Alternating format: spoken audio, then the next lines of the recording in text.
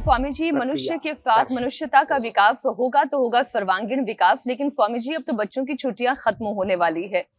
School खुलने के साथ साथ पढ़ाई का प्रेशर होगा, होमवर्क करने की दौड़ होगी, परीक्षा की तैयारी शुरू हो जाएगी।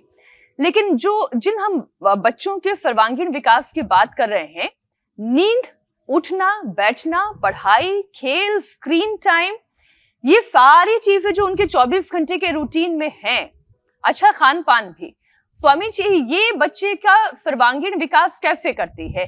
कितने पढ़ने का समय होना चाहिए, कितना खेलने का समय होना चाहिए, स्क्रीन टाइम, क्योंकि अब वो तो एक पार्ट ऑफ लाइफ हो गया है, उससे बचना बहुत मुश्किल है, तो वो कितना होना चाहिए? एक तो सब जगह बैलेंस, सब जगह बैलेंस। तो देखो 3 शब्द बोल रहा हूं। परीक्षा आपने बोला, लाइफ इज लाइक एग्जाम, जीवन ही परीक्षा है। क्या बोलो? जीवन ही परीक्षा है। हर दिन ऐसे तैयारी रखो कि आज मुझे कुछ भी पूछा जाए तो मैं आज भी जवाब देने के लिए तैयार हूँ। 365 दिन में एक दिन की जो परीक्षा की तैयारी करते हैं बच्चे फेल होते हैं। वो बच्चे कभी भी 95, 98, 99, 100% मार्क्स नहीं ला सकते। क्यों? वो एक दिन के लिए तैयारी करते हैं ना। हर दिन ऐसी तैयारी करो। Every day is exam. क्या बोलो? हर दिन ही परीक्षा है। और हर दिन, दूसरा शब्द परिणाम।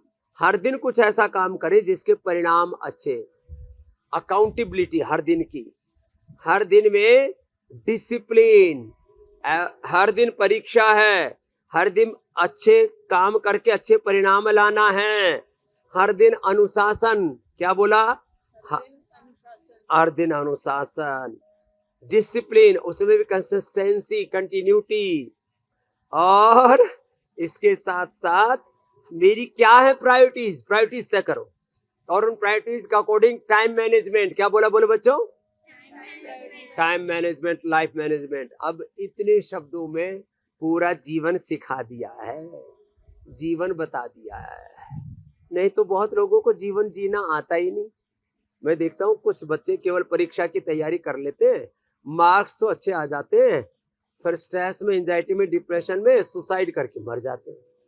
तो केवल एग्जाम लाइफ नहीं है, केवल पढ़ाई ही जिंदगी नहीं है, केवल फूड ही जिंदगी नहीं है, केवल सोना ही जिंदगी नहीं है। सीधे बैठना भी ठीक तरीके से, सोना भी ठीक तरीके से। 6-7 और छोटे बच्चे हैं ऐसे 8 घंटे की नींद, 6 से 8 घंटे की नींद। फिर 12, 10, 12, 16 और परीक्षा आदि के समय, कॉम्पिटिटिव एग्जाम्स के समय 18 घंटे की तैयारी।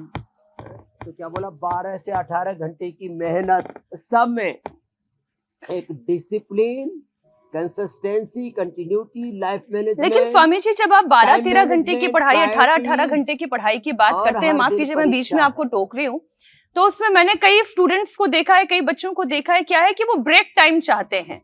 और ब्रेक टाइम में ऐसा नहीं है कि वो गार्डन में निकल जाते हैं टहलने के लिए या अपने दोस्तों के साथ खेलते हैं। वो ब्रेक टाइम डिजिटली लेने लग जाते हैं, फोन उठा लेते हैं, टैबलेट, लैपटॉप उठा लेते हैं, फिर उसमें कुछ ना कुछ सर्फिंग शुरू हो जाती है।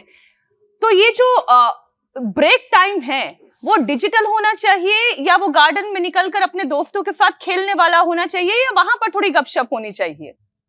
डिजिटल नहीं, ब्रेक टाइम फिजिकल होना चाहिए। ब्रेक टाइम योग ब्रेक होना चाहिए। जैसे टीवी चैनलों पर आता है ना, हाँ, कॉमर्शियल ब्रेक लेते हैं, उसके बाद फिर देखिए कॉफी पर कुरुक्षेत्र, फिर देखिए जो है क्या दिखाते हैं आप मीनाक्षी जी?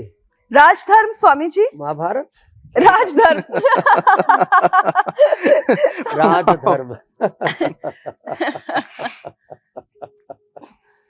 योग धर्म, राजधर्म, कॉफी पर कुरुक्षेत्र, भविष्यवाणी, योगवाणी, आज की बात और आपकी अदालत। आपको जैसे टीवी पर ब्रेक लेते हैं ना, एक समाचार, अब ब्रेक नहीं लेंगे तो टीवी चैनल चलाने के लिए भी तो हर साल करीब 200-250 करोड़ रुपए लगते हैं एक चैनल को चलाने में, डिस्ट्रीब्यूशन में, सैलरी में। तो जैसे टीवी चैनल चलाने के लिए कॉमर्शियल ब्रेक लेते हैं, ऐसे योग ब्रेक लेना चाहिए।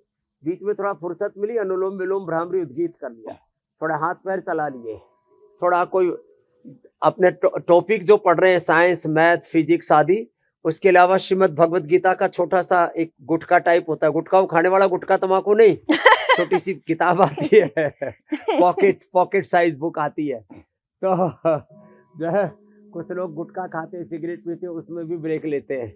तो जो है थोड़ा भगवत गीता, कोई उपनिषद, कोई सांख्य योग न्याय वैशेषिक दर्शन का सूत्र, और यदि मोबाइल पर भी पढ़ना है तो ये सूत्र मंत्र भगवत गीता उपनिषद आदि के अच्छे, किसी महापुरुष के अच्छे वचन, उनके अच्छे कोटेशन, अच्छी प्रेरणाएं, उनको पढ़ा करो। थोड़ी देर अनुलोम विलोम कर लिया करो, थोड़ा स्कंध संचालन, पाद संचालन, सूक्ष्म व्यायाम आदि कर लिया करो।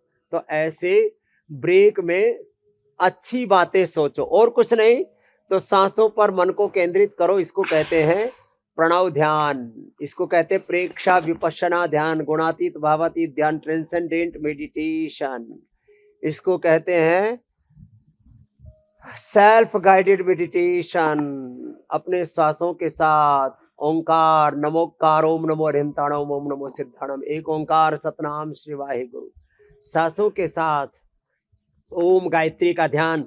तो ऐसे ब्रेक लेंगे ना तो एकदम फुल फ्रेश होकर के।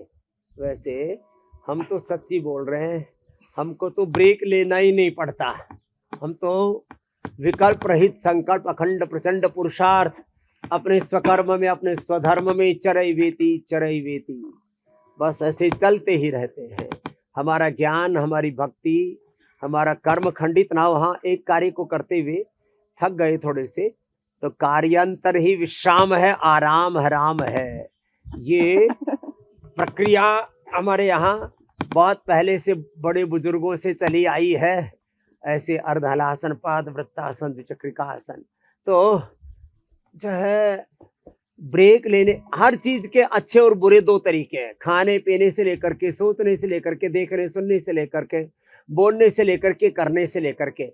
आप किसी को प्यार से भी बोल सकते हो, गुस्से से भी बोल सकते हो।